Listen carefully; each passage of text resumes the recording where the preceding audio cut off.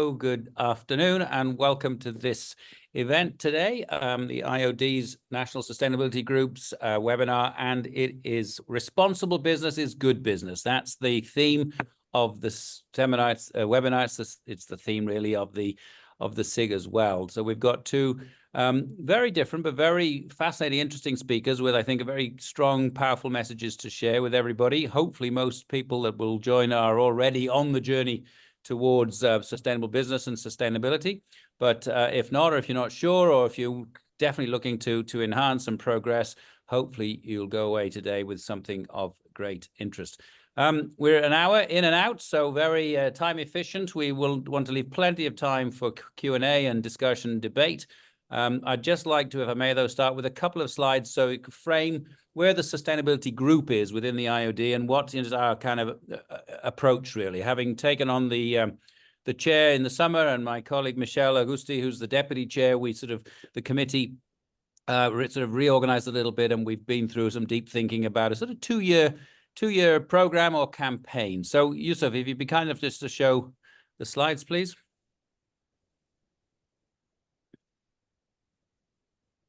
So here we go, all the governance of it, but basically, there we go, outline plan 24-26, very bold. So the next slide, if I may. So here really is a summary of the purpose, the vision, the mission, and the objectives. The purpose: to create better directors for a better world through a growing business community passionate about sustainability. And of course, when you look down at the bottom, the objective, that strapline is the IoD's strapline, better directors for a better world. So the vision is where we have a just world where businesses are resilient, inclusive, and thrive by acting responsibly for profit, but people, place, and planet as well. So our mission, what we're trying to do, is to help directors to lead profitable, responsible businesses that also deliver positive impacts for their people, communities, and environment. Again, this better directors for a better world. Because the focus, and the next slide, if I may, Yusuf, the focus is at the director level, individual directors and their responsibilities and what they should be aware of in what is a very fast-moving space. And perhaps a year ago, I might have been talking about, one of your board should have an understanding of sustainability and be the champion, the CSO, the Chief Sustainability Officer. But now I'm much more for all of your board should know, understand, embrace, commit to, and monitor the environmental, social, as well as economic and profitability impacts of your business. So the work of the SIG will be focused at the director level, very much perhaps the governance level, the strategic framework within which you do all of this, and then we will deep dive into the specific technical aspects, whether it's net zero or biodiversity or circular economy, as we go through a 2-year program. I guess I should have introduced myself, Adrian Price. I'm the chair of the IoD's National Sustainability Group. My day job is Associate Professor in Strategy and Society at the University of Northampton. I've been, thinking and challenged about these issues really since the late 90s when I worked in the travel and tourism industry. And perhaps in the last few years I've seen the shift from environmental to environmental and social impacts, social value generation, etc. And we will deep dive into those in the coming months. But at the moment, I hope you've all seen the IoD launched its Code of Conduct for Directors just a few days ago, and an excellent document it is too. I highly recommend it to you. But really, where we as a SIG are focused is Principle 6 of the Code of Conduct, responsible business, integrating ethical and sustainable practices into business decision-making, taking into account societal and environmental impacts. So, if that sort of sets the scene, plenty of time for questions at the end. What I'd like to do now is invite our two speakers in turn to speak, and then perhaps if you have any comments or questions, could you sort of make a little note, and we'll open it up for discussion about halfway through the event. First up to speak is somebody very much committed to good business, responsible business. It is the CEO of the Good Business Charter, Jenny Herrera. I've known Jenny for a few years now. The initiative, the scheme is about 4.5 years old, coming up to its 5th anniversary. I think it's a tremendous initiative. Jenny Herrera is the CEO. of the Good Business Charter, which recognizes responsible business. There we go, that word again. Responsible business practices across 10 components, which she will cover. Jenny is both a chartered accountant, experienced charity CEO, and passionate about a better directors for a better world, of course. But that said, Jenny, welcome, and over to you.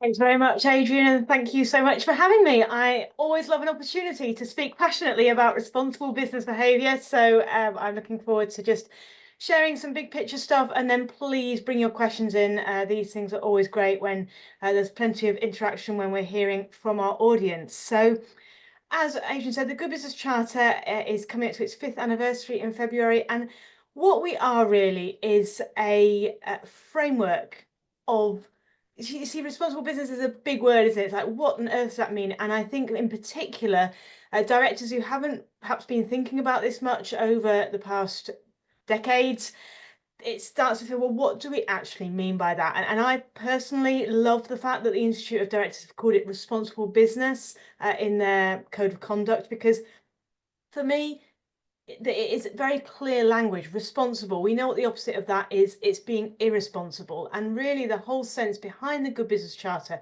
is the importance of behaving responsibly towards your workforce, towards all your employees, behaving responsibly towards your customers, towards your suppliers, towards the planet, of course, and actually towards society. And so really, when we frame it in those terms, it should be common sense. And the Good Business Charter actually started with the aim of being a benchmark for what we actually think that all UK businesses should be doing. Regardless of your size, regardless of your sector, you should be behaving responsibly.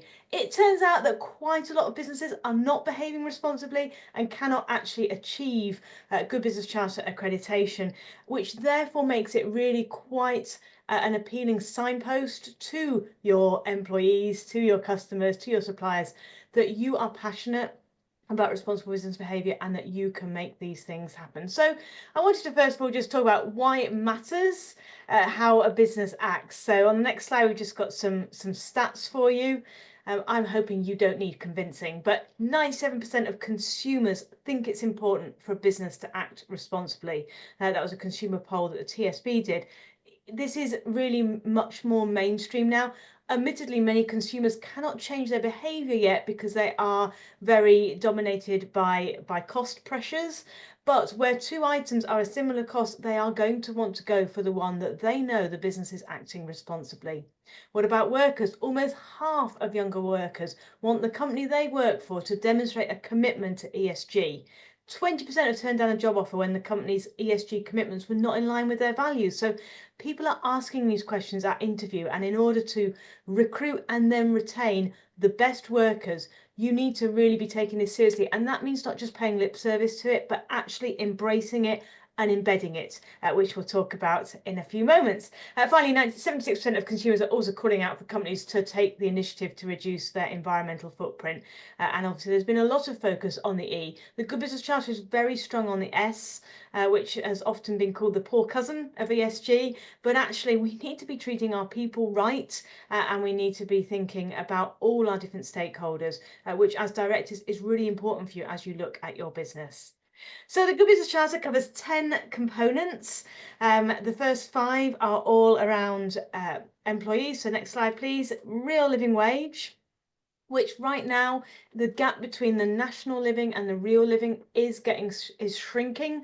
The real living wage has gone up to £12.60, whereas the minimum wage is going up to £12.21. So it's not a massive difference, and it is worth pushing to make sure that you are paying your staff a wage that they can actually afford to live on. So real living wage, a fair approach to if you use 0 or minimal hours contracts, caring for your employees, employee representation, equality, diversity, inclusion. Then we have the environmental responsibility, the importance of paying your fair tax. This really matters. The Institute of Business Ethics does an annual public opinion survey, and what comes up top every single time is frustration that companies aren't paying their fair share of corporation tax. So it's worth saying we do. Of course we do. We care about it, and being able to accredit with us. Your commitment to customers, ethical sourcing, and prompt payment to suppliers. And it's interesting, some of the ones you might see in there, I wonder which ones might be a surprise. But prompt payment to suppliers, often seen as an operational thing, causing small businesses real problems because other businesses are not paying their suppliers on time. This is about treating others as we would expect to be treated, and being paid on time seems pretty common sense, but sadly is not happening, particularly with some of the larger businesses. So we're really passionate about that.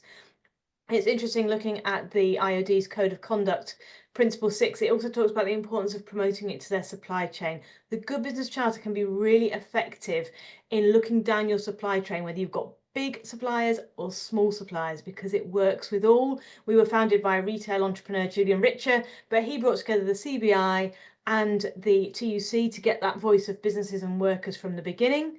We then worked with the Federation of Small Businesses to design a streamlined version, and we were delighted to have the Institute of Directors be our 1000th accredited organisation back in March a couple of years ago. So we are really able to hear those voices and make sure that this is fit for purpose. So just a little bit about how you would start with the next slide. We would say that this is a comprehensive commitment to responsible business, because it isn't just going deep in one. And there's so much you can do in each one, isn't there? I mean, particularly the environment, all the different ways that you can measure. But actually, have we got the basics right? Can we take a step back and just have a really good indicator externally to our stakeholders, internally to our workforce, of what we stand for? It's cost effective. We believe we're a charity and we are subsidised by our founder, Julian. So therefore we can make it really cost effective. This is not a case of trying to charge you loads of money. It is only £50 a year for small businesses.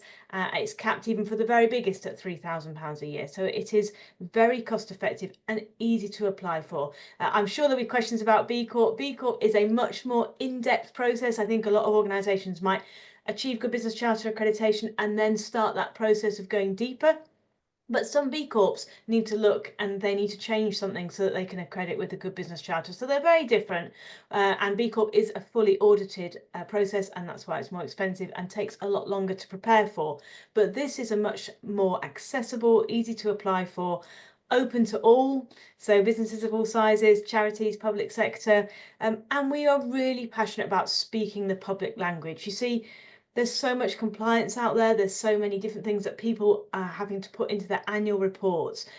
But the people on the street, especially if you're a B2C, really don't know what that actually means. And you can put all sorts on your website. But with Good Business Charter accreditation, you are saying we are committed to these 10 principles that show that we are a responsible business.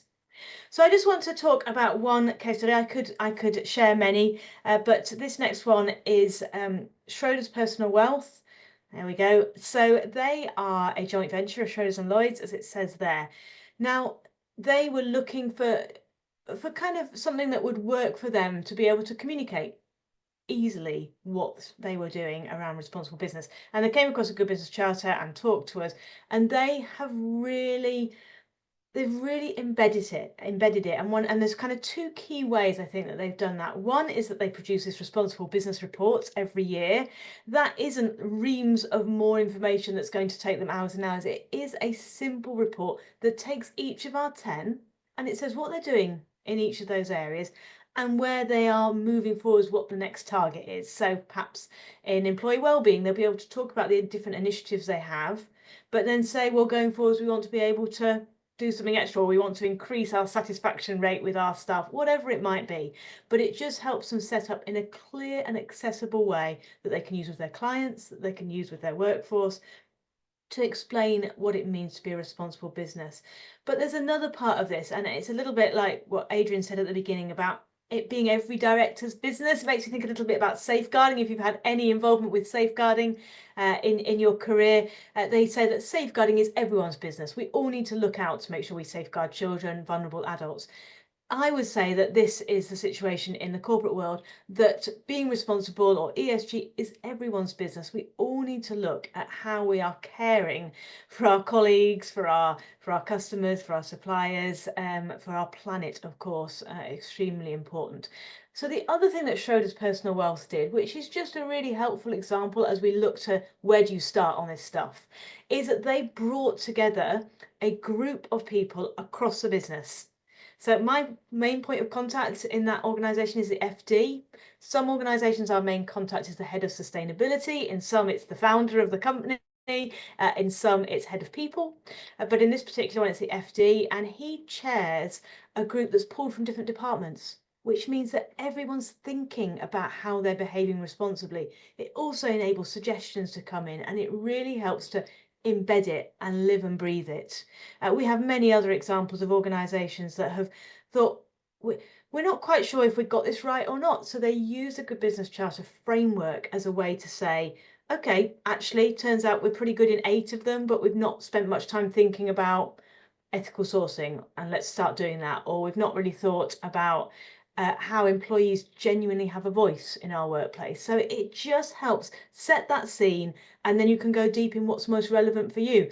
For an organisation like Schroders Personal Wealth, which is doing what it says on the tin, guiding people about their personal wealth, the tax element was particularly important to them, and they went deep in that onto fair tax. So, it just depends what your business is doing. So my final slide, just to wrap it all up, I'm going to just leave that there for you. There's some key information. There's those costs that I shared with you. We commit to rigorously monitor and enforce the charter. We're really passionate about, the reality is I'm an auditor by trade. I could come in and audit a business and we might not find something anyway. Everyone's on their best behavior when you go and audit. So what we do instead is you have to promote this. You have to let people know you are committed to these things.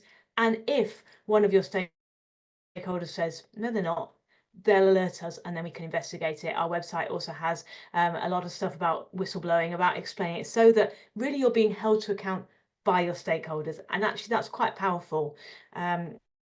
This is the way it works. You self-certify through our accreditation. We do background checks, and then we're hopefully able to recognise your commitment to responsible business practices. And each year you have to renew. This is really important because it's not a tick box, done, dusted, put away in a cupboard and forget about it. Oh no, it is something that we are needing to keep striving towards, improving all the time, and renewing each year and letting us know what you're doing in this space. So that's a little bit of a summary of what the Good Business Charter is all about, and I'm looking forward to hearing from Frank and then taking any of your questions. Thanks, Adrian.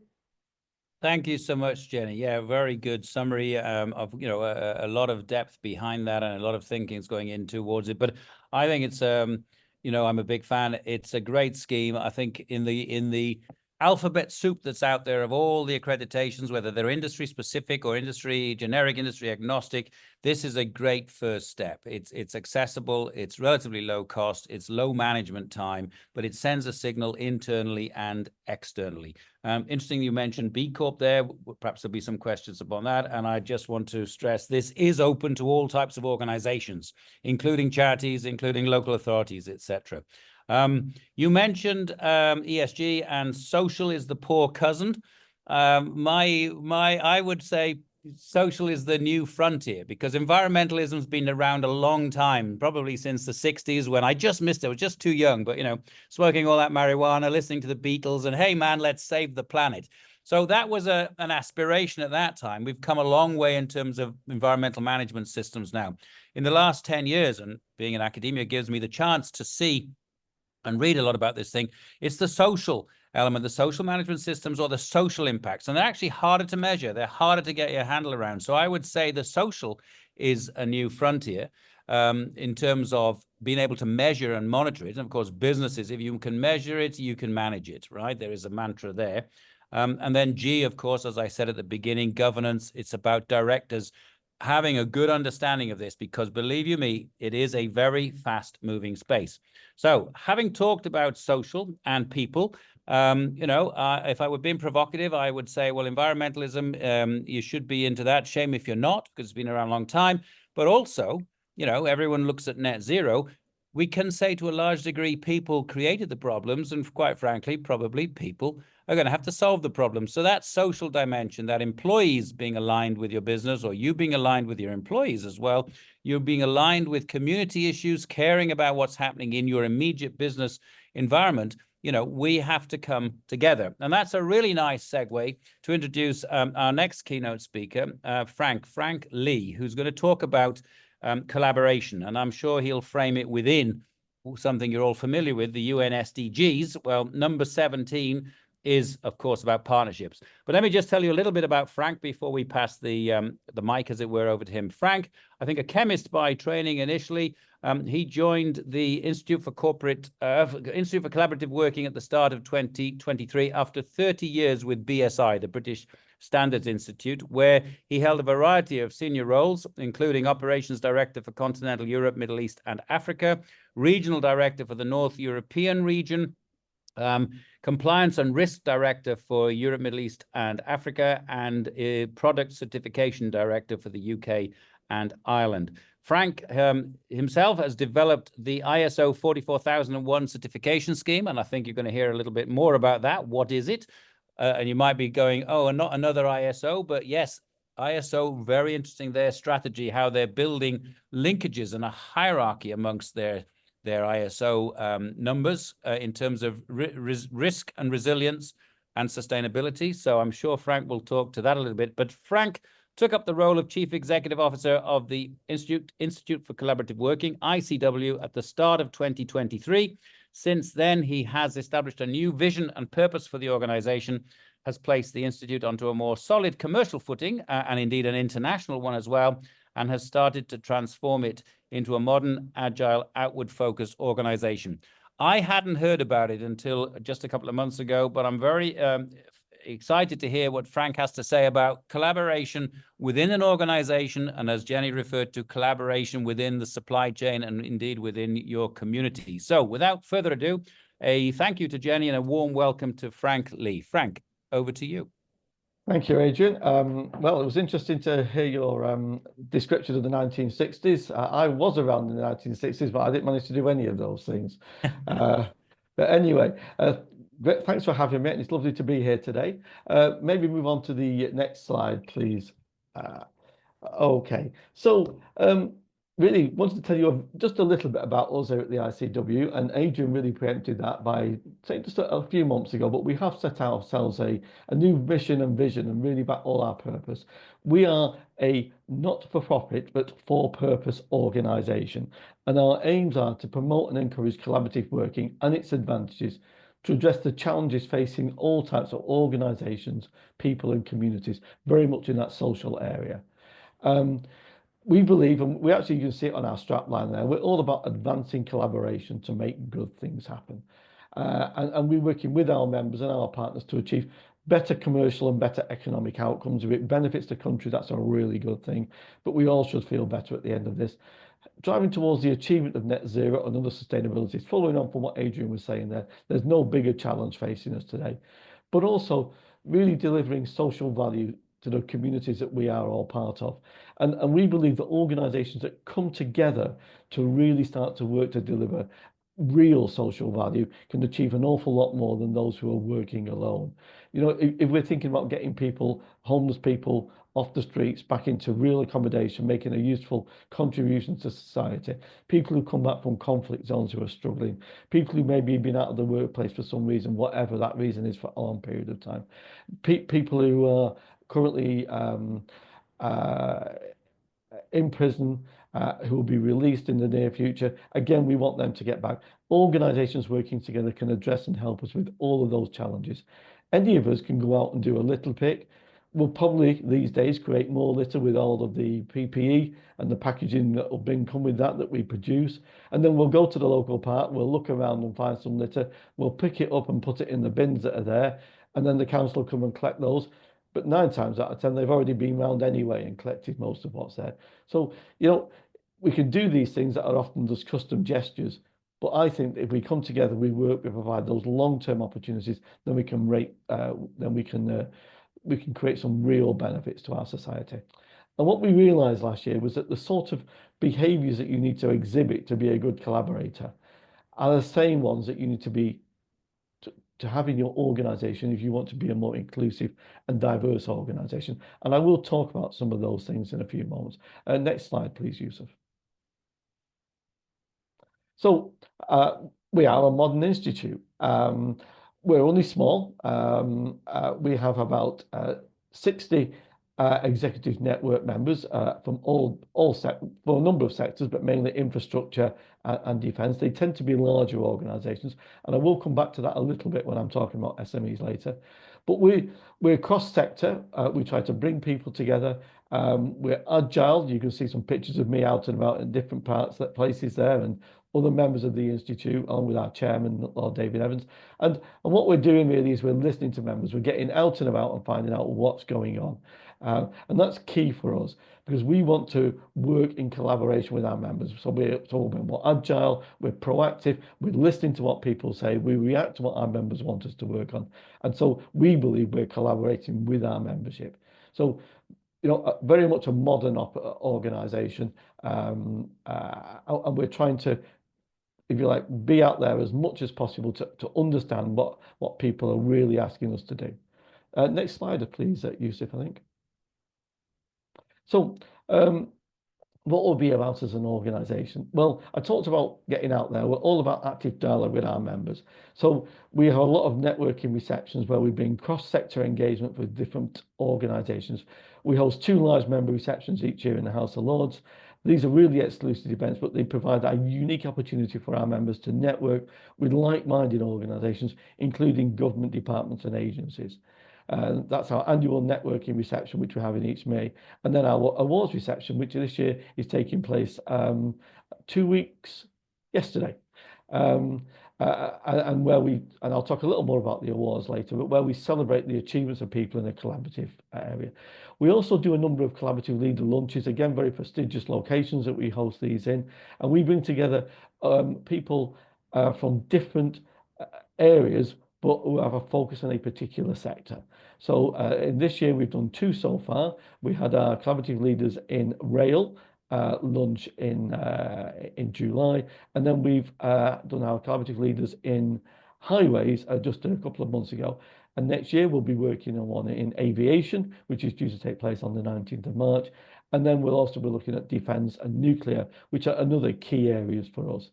We have our annual Members' Day where all the members come together, and that's very much a show and tell and a workshop sort of event. So we really sort of try to encourage people to get into the nitty-gritty of collaboration, how to do it. And we have a number of online events, drop-in events.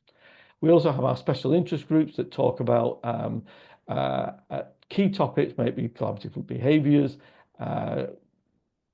public procurement, how to develop structured collaboration, social value from a collaboration. And these bring together people from different sectors all coming together on these thought leadership activities. And we also do our sector forums in our key sectors of highways and rail and nuclear at the moment, but we're also moving into other areas as well. So what we're trying to do here is bring organisations together in this collaborative association, produce networking events, share best practice and expertise, conduct research. As an institute, we try to do our best to sponsor and conduct research either ourselves or in conjunction with our academia partners. And again, I'll talk about them a little later. And then we try to influence and get the good things that we are promoting, that government pick those up and use them in their contracting, their tendering and their other ways of interfacing with industry. So to try to get government to really get behind the things that we're doing as well. And I mentioned earlier on our awards. So just a real quick flavour of us as an institute and what we do. Next slide, please, Yusuf. So what does it take to be a good collaborator? Well, we all think we're good collaborators. I think there's probably a hand raise thing on here. So if you think, for example, that you are a bad driver, feel free to raise your hand. But I suspect not many of you will, because none of us like to admit we're being a bad driver. None of us like to think we're that guy there who everyone is terrified to be in the car with. The sort of person who sees danger 30 seconds later than everybody else in the vehicle. We all like to believe that we're good drivers. And it's the same for collaboration, actually. If you ask anyone if they're a good collaborator, they all say, yes, yes, of course I am. Yeah, we're all good collaborators. Um, um, but do we all always exhibit those traits of a good collaborator, such as hearing views that we might otherwise like to ignore, that are inconvenient to us, an inconvenient reality?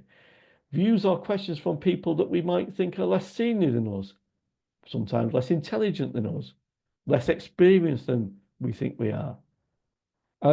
These people who are still in the not inclusive, they're still in that command and control area. But are they really are these people really like that driver who's been driving for 30 years and they proudly state they've never had an accident, but when you look in the rearview mirror, you see a tale of destruction in their wake that follows them around. So think about your colleagues, your organizations, yourselves. Just do it quietly. And in one of those, be honest with yourself moments and ask, am I a good collaborative partner? Am I the right person that people would want to come and collaborate with? And if the answer is, well, maybe I could be better, then start to look at some of the things that might make you a better collaborator. So that's the first thing I think. Have a look at yourself, have a look at the organization you're part of, and be honest about it. Next slide, please, Yusuf. So we, of course, talk about building relationships. And of course, the first way to start any relationship is communication. So we have a sort of a roadmap here, or a value chain, if you like, of how to move up this collaboration matrix. It tends to start with people in the first place just communicate. I was speaking to a very large government department recently. I will to protect the guilty, I won't say who they were. But they believed that they were collaborating, and the person I spoke to, she was adamant that she was collaborating with her supply chain partners. But actually, as we went through it, it became absolutely clear that all what was taking place was a communication, and actually a one-way communication at that. But communicating is perhaps the first stage on moving to collaboration. And then you start to coordinate, you start to cooperate, and then when you really get good, you start to collaborate. So key things you need to think about here is the alignment of goals.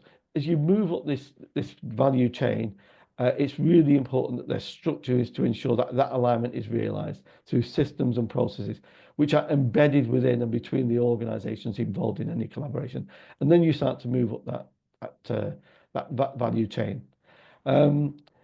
I will talk a little bit more about cooperation and collaboration on the next slide, I think. But the higher up that value chain you go, as you can see on the left-hand side here, then the more structure you need to put in place.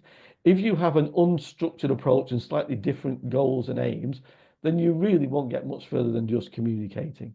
So it's all about moving up that value chain. The higher you go up, the more structure you will need. And that's where standards like ISO 44001 that Adrian met earlier, that's the international standard for collaboration. It's out there. There's a whole suite of standards in the ISO 44000 family. I'm not going to go through them all today, but if anyone on the webinar today is interested in these, obviously you can ask me a question at the end, and also you can approach me separately and I'll give you the whole shebang on what's happening in that area. But sharing values, sharing goals, putting structure into place really starts to move you up that key area. And I would say the 4 key elements that any organization or organizations need to have for a good collaborative basis are the right systems, the right processes, the right competence, and the right culture.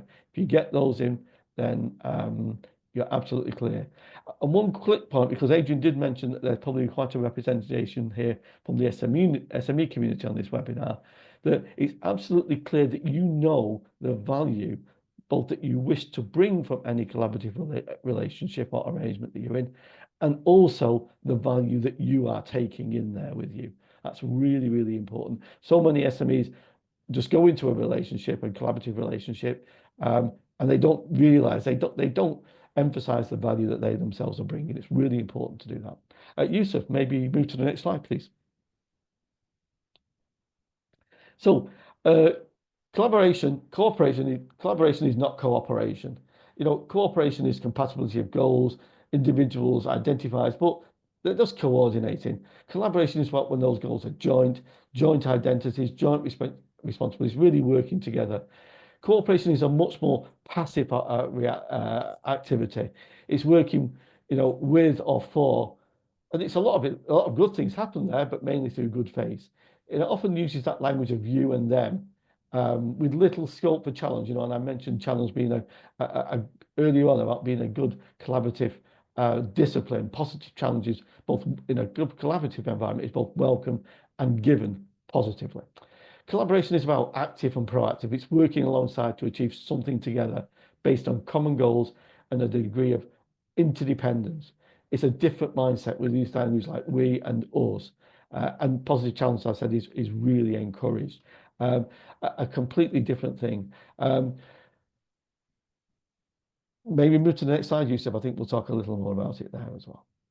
So again, you can sort of see on the right-hand side there, this we started there with networking, coordinating, cooperating, collaboration. You can sort of see how that goes. We pulled together in the Institute of Collaborative Working this little definition that business relationships formed by committed organizations to maximize performance, the achievement of mutual objectives, that mutual being really important there, and the creation of additional value. Collaboration is all about additional value. And that's why, again, in the box below, we say, be clear about the value you bring and be clear about the value above contractual payment that you wish to receive. It's all about this added value. So, and it is about, if you like, working differently, sharing those goals, independency, making joint decisions, all about long-term orientation. Many of the really good collaborations I see, these are things that are going to last for 5, 10, 15, 20 years. Risk and reward, making sure that they're equally balanced and shared amongst people. Greater levels of cooperation, openness, commitment to achieving those shared goals and that value. And it's really important that people know what that value is. So collaboration is a different way of doing business. It's a much more modern way of doing business. And I think it's the way that we are moving as a society at the moment as well. We can get so much value. If you want to deliver more than just the contractual value, but you want to create social value or work on a more sustainable processes going forward, then collaboration is key. And actually, anybody who believes that they can achieve net zero scope 3 on their own probably needs to have a look at what scope 3 really is. Next slide, please, Yusuf. So good collaboration, a good collaborative partnership, greater than the sum of its partners.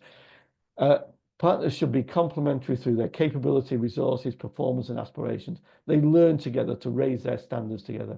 They evolve through shared visions and goals. And partners with different perspectives can fuel that innovation. I'll talk about some of the benefits of collaboration in a moment, and innovation is an absolute key one. And partnerships can increase their diversity, their inclusion, and their reach.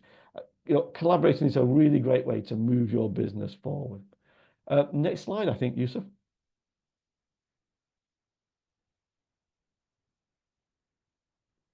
So, benefits of collaboration. We at the Institute had some research conducted a few years ago by Warwick University Business School. It was an academic study on the benefits of collaborative working. And they came up with pretty much the list that you can see on the right-hand side of the screen there.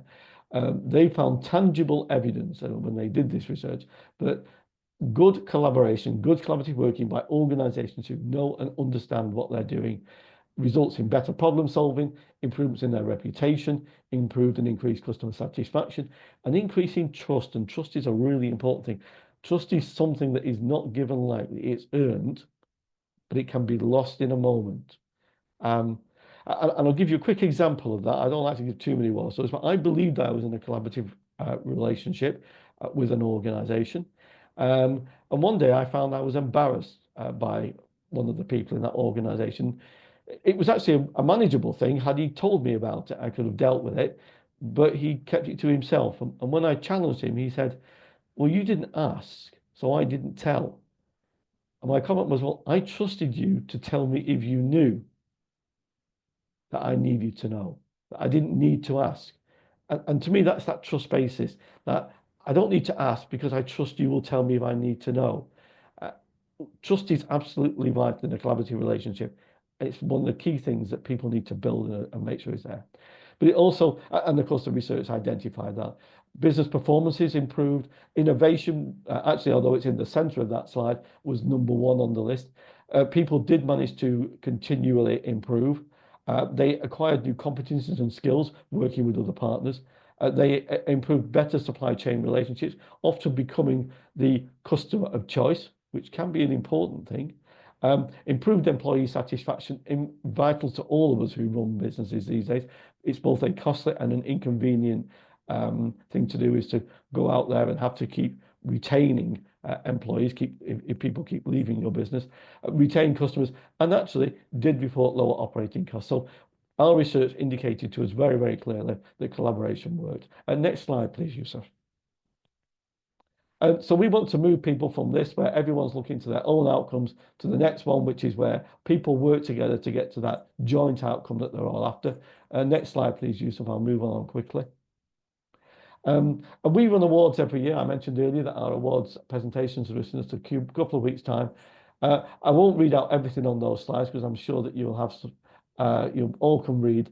But what we've seen throughout the whole of this, our running the awards for over the last 10 years, is people coming to us and telling us about the things that the benefits that they've obtained through collaboration. You can see all down the left-hand side there, the sort of people who come to us and the benefits that they say they get it. And they get it through improved customer focus, more effective working with their supply chain partners, innovation coming up again, looking at joint sustainability challenges, social value, clarity in what they're trying to achieve, having a real purpose, creating those effective ecosystems with partners, and building jointly with other organizations development opportunities. Next slide, please, Yusuf.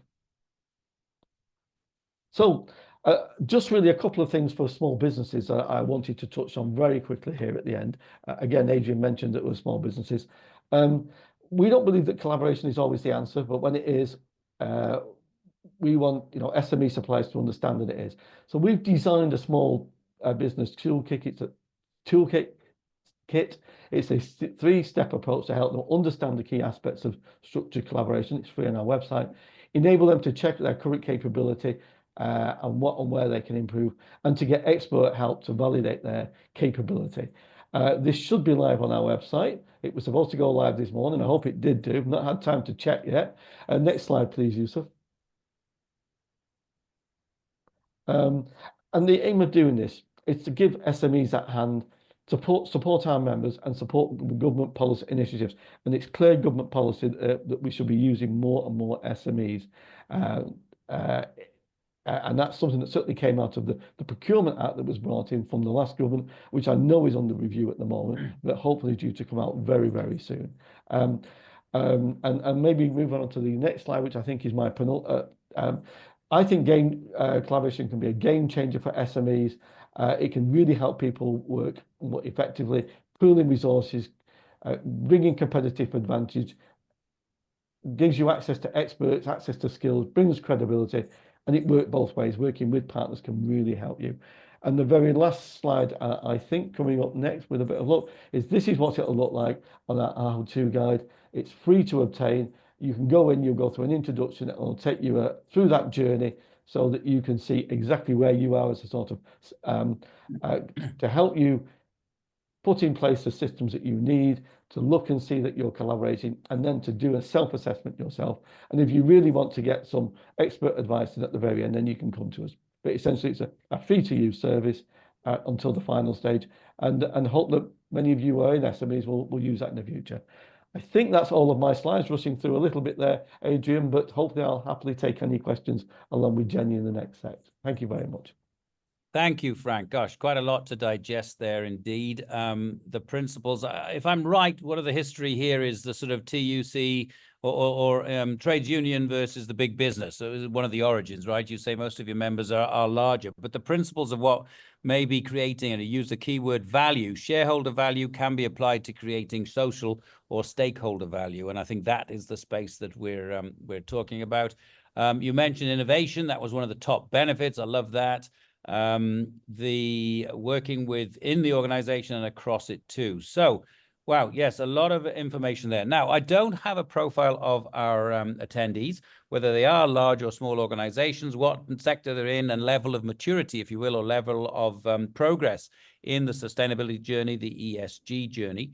But hopefully some of those will come, if you're going to give a question, and please put your hand up, or I think we've got two, and I'm going to start with two that are in the chat box. So let's see. Great info. Thank you. How much difference does it make if you are pledged with sustainability organizations?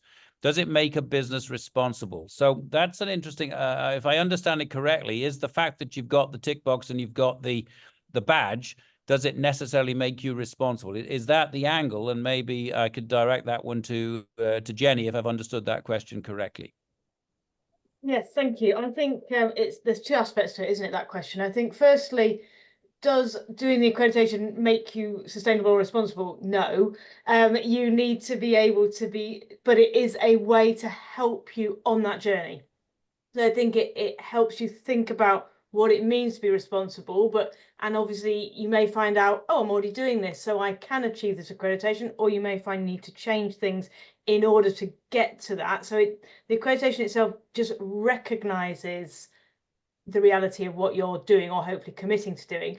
Does it make a difference? What I would say is, we're early years, so we don't have loads of data on bottom line impact, but what we do have is individual organizations telling us things like, once we were able to say we were Good Business Charter accredited, it gave us increased credibility. We saw online sales go up, for example. That was a retail business that was fine with footfall on the street, but once they got our accreditation, it just gave them that added credibility. And I think particularly I've seen it go out on job adverts.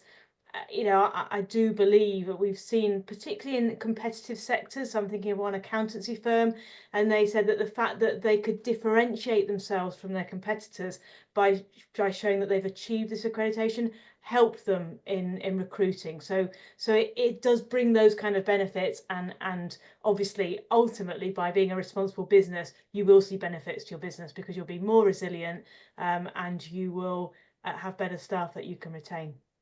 Okay, no, great. Thank you, Jenny. I think that's a key point you made there, which is you start to have a framework. You're not reinventing the wheel. You're not on your own. If you understand the strategic framework, and that's what we're trying to do with our sustainability SIG in the IoD, there is a holistic framework here, and you can understand how all the bits fit together and where you are on the journey. And I think that message, as an educator, we need to simplify and help businesses understand that it's not, well, I'm in this forest of acronyms and I don't know where I am and I don't know how they fit together. So, they help you ask the right questions. They help you know how you're doing, and they help you identify perhaps gaps and where you should address. Now, I've got Roshni, who's been very prolific here, got two questions. So the first one's for Frank.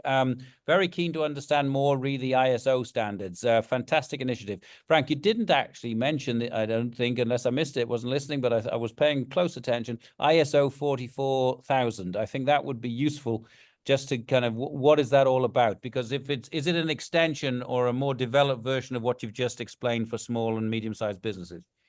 Okay, so I could have taken up the whole time speaking just about the ISO 44001 series of standards, actually, and sometimes do. The main standard is ISO 44001, and that's the requirement standard. It's based on the plan, do, check, act model and contains within it the 8-stage model for collaboration. It's quite a complex standard. Nonetheless, it forms a bedrock of what most of organizations certify to here in the UK, and there's probably about 200 organizations who gained ISO 44001 certification. And going back to the previous question, just because you have that badge, does it mean you're collaborative? No, it means you have the organizational capability to be collaborative in a particular situation, project, contract, relationship, which is really important. There's a whole family of standards, though, that go in that area. So ISO 44000, ISO 44000 is the principles of collaboration. 44003 is for SMEs and how SMEs can gain guidance and be more collaborative. ISO 44004 is for larger organizations and how they collaborate with SMEs. So there's a whole string of standards. The main ISO 44002 is a guidance standard on how to collaborate. But the one that people tend to certify to are that is available for certification is ISO 44001, and that's the standard that I developed the first certification scheme to a few years ago. It is quite a complex topic, and but you know, those standards are available. They're readily available now. You can go on the BSI website and download them. There's a cost to doing that, of course, but they're great tools. One thing I always say about standards, by the way, people feel that you have to pick a standard up and do everything that's in it. By the way, think about a standard like a menu in a restaurant. You can visit that restaurant many times, and you might eat everything on the menu, but you don't have to eat everything on that menu when you go in on that first occasion. So use this. There's lots of information in there. Use those standards, and they will help you grow your business. Okay, lovely. Thank you very much. Now, Roshni's got a second question. If you don't mind, Roshni, I'll just get another couple of other perspectives, then come back to yours, which was looking at competition versus collaboration issues. But Nick Dunn, thank you for your question. My company, Expert Roadcraft Limited, is a small company offering EV training. We use contract trainers. Is the charter for us, Jenny? Charter is for everyone. Doesn't matter your size, doesn't matter your sector. You know, that's ultimately, and we are talking with government on this as well. We want to say this is the standard that everyone should be able to reach, and therefore, particularly when you're looking down your supply chain, customers, it should be something you can promote to everyone, because that's why it's fairly broad, because you can't make it specific, particularly in something like climate, to a sector. So it's more like you need to be committed to being responsible in this area, and definitely we are open to everyone. Okay, thank you very much. Paul from Sonar. I work in construction. Hello, Paul. How are you? I know Paul. I work in construction with many companies certified in 44001. They're typically good at building things collaboratively, but not in social value delivery. Really great question. We have a long way to go. So yes, that is interesting, isn't it? About getting the job done, the core business, but these external impacts that I think we're increasingly being tasked, challenged to address, maybe less so. So great question, Paul. What about that, Frank? How are you going to address that? Well, actually, I tend to agree with Paul. It's probably an easier way to put it. We've started moving in the last 12 months into the social value area for that very reason, that we see people have been very mature for a long time. We've been getting good commercial outcomes. People have been building what they need to build, putting the platforms into place in the defence sector and so on and so forth. But actually, we believe that when we do see it, and there are not an enormous number of them, I accept, but there are some out there where people really are working together, then they can create great social value and they can move towards a net zero area. A great example would be what some of the stuff that National Highways are doing at the moment. They really are working through bringing people through Roads Academy, for example, through some of the things they do there, and in their sustainability areas. They are using collaboration in that area. But Paul's absolutely right. It's by no means widespread, and we need to keep promoting this and keep pushing it, which is why when we put our purpose as an institute together last year, that was one of the key points that we made and we put in there. Okay, thank you very much. Frank, Fran van Dijk, how would Frank and the ICW differentiate between collaboration and partnering? SDG 17 talks about multi-stakeholder partnership to deliver the SDGs, and is particularly relevant to address wicked long-term problems, e.g. decarbonising the UK's old housing stock. Does ICW offer coaching for long-term, really difficult and perhaps social projects? Partnering and collaboration are often used interchangeably, I have to say. So, and I don't get too hung up on the words either, you know, because people also talk about alliances too. So the word's not something that really sort of, I don't get too hung up on them. To me, it's all about the science of collaboration, the systems that you need to put into place, and the culture that you need to embed. So, yeah, there's a lot of these things taking place at the moment. I think we, as an institute, we try to support as many as we can. What I won't do on any call is oversell what we can do. And I think, Jenny, you probably have the same in your organisation as well. You know, people often come to you and say, can you do this? Can you help us in this area? It's important not to oversell that. We can provide support to organisations on various things that they're doing. We've helped people in different countries and on different projects. And the longer term the projects are, the better. But one of the things we don't do is we don't do it for people. And I actually don't believe that's collaborating if you do. If we're doing that collaboration, then you're not. So what we will do is we'll come and help and support in those areas we can. And we'll look at your challenge, the objectives that you had, and work out how we can help and have those conversations. But I'm not going to try and tell you that we can fix the world for you either. We'll help where we can, but I'm not going to try and oversell what we can do either.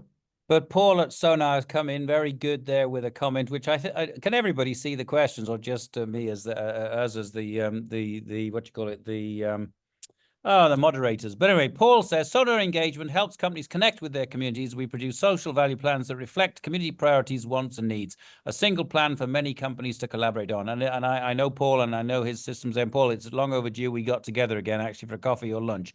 Very interesting, worth having a look at what Paul's doing. Now I'm going to go back to Roshni. What are some of your observations re competition, the traditional business culture, and red ocean, and we eat each other up and sort of whatever, and collaboration objectives? Now, this is interesting, and I'm going to just link it to one thing that we'll have another webinar on one day. But the Cambridge Institute for Sustainability Leadership are completely challenging the world to say we've tried to put sustainability into business and it hasn't worked. We now need to put business into sustainability, and they've come up with a concept of competitive sustainability. Now, I'll just drop that in there for people to reflect on that, and we'll have a session on that in the future with hopefully Cambridge Institute. But there we go, competition versus collaboration. And I remember, gosh, years ago, we had the word co-opetition was fashionable in business schools as well. But who wants to start with this one? Jenny, competition versus collaboration. How do you see this balance, tension? Oh, I don't know. What do we call it? I think it's a great question. I think I just wanted to reference in the world of collaboration, the sort of work we're doing in places, because I see that if businesses are really serious about where they are, so the place that they are, then and if two companies in the same industry are both in that place, then they've got to do that in a responsible way. So York is a good business charter city. Both universities are accredited. The council, Aviva is a big company, big employer in York. And the idea is that we put the city first, and we work together to champion this whole collaborating together on the big issues like too much low paid work, there's a lot of hospitality and care here, obviously our impact on the environment, and that if we're working together on that and collaborating, we can almost put aside the things that we are competitive on and why we work better than the other will be different from that. Let's all work together on that area. And as I've said, for us in particular, we just believe that everyone should be able to reach this. And so if all insurance companies could reach this, then that's job done for us as a charity, that all our insurance companies are acting responsibly, and then they still should be able to have other competitive advantages as to why you would choose one insurance company over another, which would cover your competition. What we've got to get rid of is the fact that people are competing on price and behaving irresponsibly and getting more market share, which is wrong. Yeah, good. Paul, Frank, anything you want to add to that? Well, I agree with everything Jenny said, actually, and I think the key thing is, as Jenny said, is focusing on what the objective is, what the outcome is, and and we talked earlier, and you saw the graphic I put on the slide where we're trying to talk all about individual outcomes to all coming together to one outcome. 44,001, by the way, does recognise the fact that there may be commercial difficulties with collaboration, and that's why there's a big section on risk, because one of the first risks of any collaboration is that it may bring you may lose things as a result of what you're doing there with competitors working together. But after saying that, we see a lot of opportunities coming out of it as well. And one great opportunity is that there was one of our members, National Air Traffic Service, brought together organisations to deliver for them that in many areas were in competition with one another, but actually bringing them together to deliver their outcome actually also identified market opportunities for those two supply chain partners to work together to open up a new opportunity in a different area. So yes, there's a risk, yes, there's a conflict, but there's also, it can bring opportunity as well. Fantastic. Okay, well, look, we're coming towards the end of the hour. Absolutely fascinating. We could go on and on and on, but I would like to obviously thank our two speakers. Before doing that, though, this issue of society or social, I think I would want to encourage everyone to look at a community, which is, where you have an operation. So just as a simple, to pick on the banks, for instance, Barclays that I used to work for, and my dad drew a pension until sadly passed about a year ago. Barclays Bank can support and could support and do support shelter and crisis as national homelessness charities. But, there's also great value in they could support, each of their branches could support the homeless in every town where they have a branch. So the more local you bring this, the more you bring it down to the local and the community level, I think you can probably have a bigger impact. Dropping that pebble into the water, the ripple effect is biggest, closest to home. So I'm a big proponent of, wherever you have an operation, look what you can do in that local community. And we do have an event coming up very soon in Northamptonshire, Cummins Engines, right? They have a factory in Daventry. It's very hyperlocal what they do, and really quite powerful what they're doing in that hyperlocal area, just where that factory's based. And Cummins is a global, multinational. So very interesting here. And then you need that collaboration, because just saying public, private, academic, and third sector to work together, it won't just happen. You can't sprinkle magic dust on it. We need some of the concepts and principles that Frank's been talking about. Now, I'm spending a lot of time. I'm paid in some ways to think and read about this stuff. Absolutely fascinating, guys. Thank you both so much for your contributions today and for your willingness and openness to talk about these issues. Obviously, we will circulate the slides to all the attendees, and you're very free to contact Jenny or Frank if you want to follow up or find out a bit more. You can see, their website's easy to find, Institute for Collaborative Working, Google it, or Good Business Charter indeed.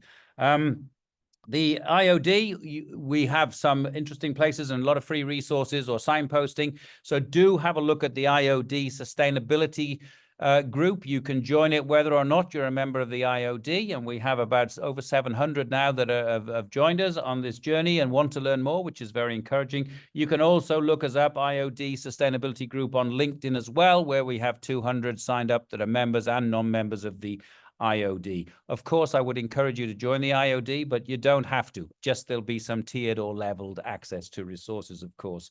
Competitive sustainability, think about that one. That will be an event coming up very soon in the future.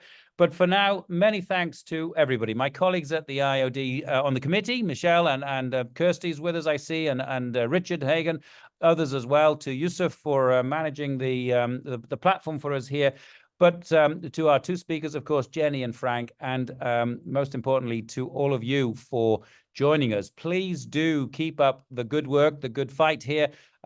We together, collaboratively, we can change the world. Together, collaboratively, frankly, I think we have to change the world, because there's a lot that's not going well. And some of these things from our political leaders may be going into reverse, which I think we have to be on the lookout for. So thank you so much. You know how to get in touch with any of us on the committee, as well as our guest speakers. So thank you very much indeed. Keep well, keep safe, keep up the good work indeed. Good luck.